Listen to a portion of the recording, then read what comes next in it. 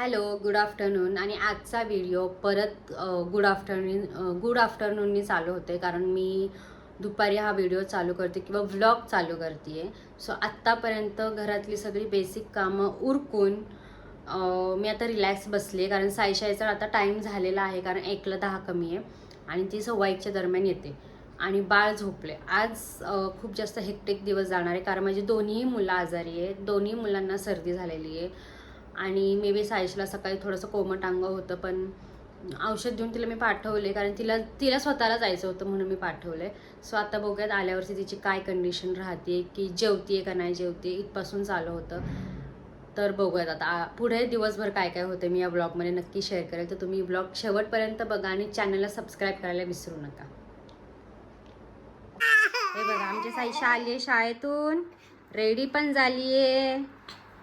आणि इथं कपडे पडले बाळा, ह्याची घडी घालून ठेवायची काय.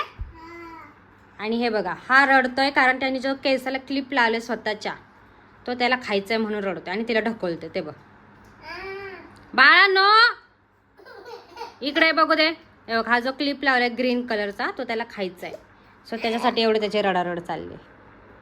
बाबू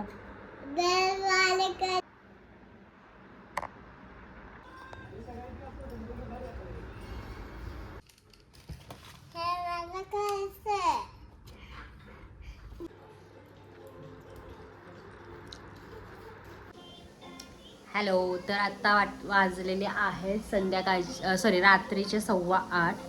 आणि ॲज यू कॅन सी, मी जसं की तुम्हाला आधी बोलले होते की सकाळी की माझा दिवस खूप जास्त हेक्टिक जाणार आहे. आज मुलांची तब्येत ठीक नाही आहे.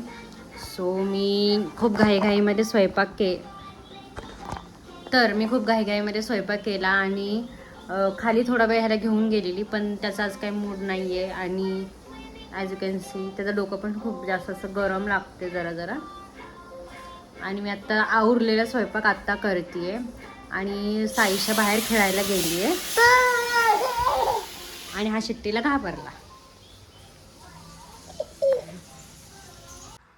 आणि या रूममध्ये खूप जास्त पसारा आहे. ॲज यू कॅन सी, हा एक बेड आला आहे, किड्स बेड. आयकियामधून आम्ही मागवलेला आहे. तर याचं असेंबल करायचं आहे हा बेड आम्हाला. तर उद्या मी असेंबल केलं ना, उद्याच्या ब्लॉगमध्ये तुम्हाला तो दिसेल. सो हा बेड असेंबल केलं ना की मे बी जागा खूप कमी उरेल. तर बेड असेंबल केल्यावरती खूप जास्त कमी जागा उरती त्या बेडरूममध्ये, पण तो गरजेचा होता, कारण आता साईशा थोडी मोठी व्हायला लागली आहे. ती अराऊंड ती आता सध्या 4.5 वर्षाची आहे, पण आता ती जेव्हा 5 वर्षाची होईल तेव्हा तिला वेगळं सेपरेट बेडमध्ये झोपवायचं आहे, असं आमचं प्लॅनिंग चालू आहे. सो लेट्स सी कसं होतं आता.